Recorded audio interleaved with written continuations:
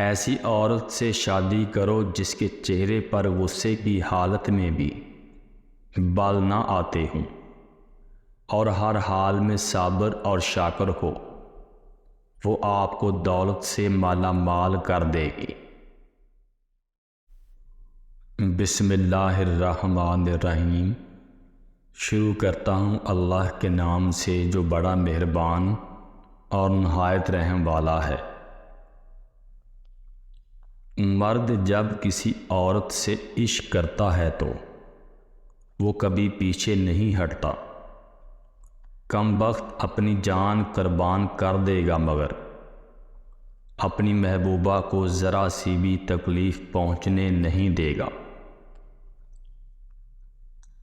جذبات کے معاملے میں عورت کمزور ہوتی ہے۔ کمزور سے ضد لگانا، مقابلہ کرنا، اس کو نیچا دکھانا غیرت مند مرد کو زیب نہیں دیتا۔ جو انسان کسی کو استعمال کر کے اور اس کے ساتھ محبت دکھا کر پھر مجبوری کا بہانہ بنا کر دھوکہ دے کر اسے چھوڑتا ہے، وہ کبھی نہ کبھی خود سے بھی زیادہ دوسروں سے استعمال ہو کر زندگی میں دکھ سہتا ہے۔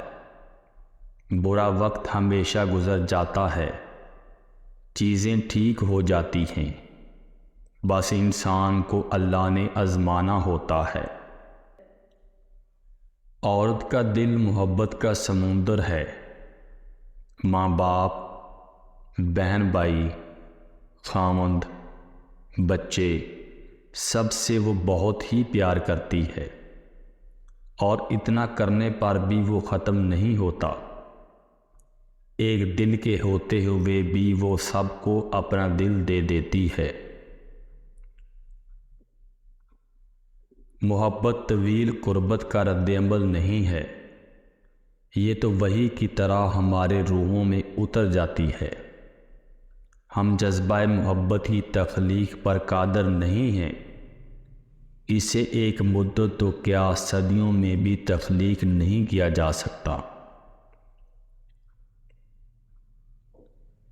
ایسی عورت سے شادی کرو جس کے چہرے پر غصے کی حالت میں بھی بال نہ آتے ہوں اور ہر حال میں صابر اور شاکر ہو، وہ آپ کو دولت سے مالا مال کر دے گی۔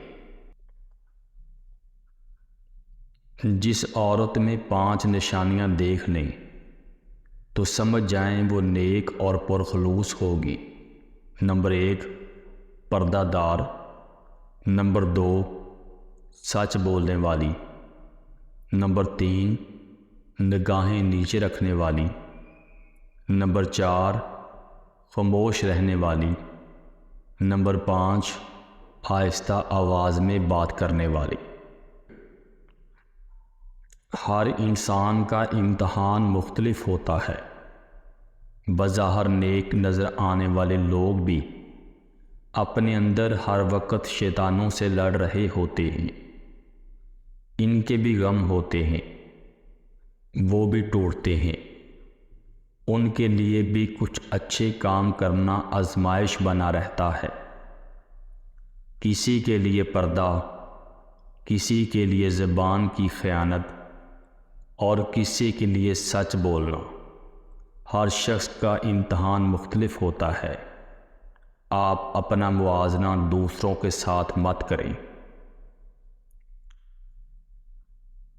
اگر ہم اپنی محبت کو کھو بھی دیں تب بھی ہمارے پاس ایک شے باقی رہتی ہے، وہ ہے وقت۔ کسی کو اللہ نے شکل زیادہ اچھی دی ہے تو کسی کو دولت۔ ہر شے میں اللہ کی تقسیم مختلف ہے، لیکن وقت ہر ایک کو برابر کا ملتا ہے، کلام کو بھی، بادشاہ کو بھی۔ سب سے بڑا کنگال وہ ہوتا ہے جو وقت ضائع کر دیتا ہے۔ اللہ کی خاطر سب کچھ قربان کرنے کا نتیجہ بہت جلد سامنے آ جاتا ہے۔ ابراہیم علیہ السلام خواب سے اٹھ کر بیٹے کو قربان گاہ تک لے گئے۔ بیٹے کی گردن پر رکھنے سے پہلے ان کو بیٹا لوٹا دیا گیا تھا۔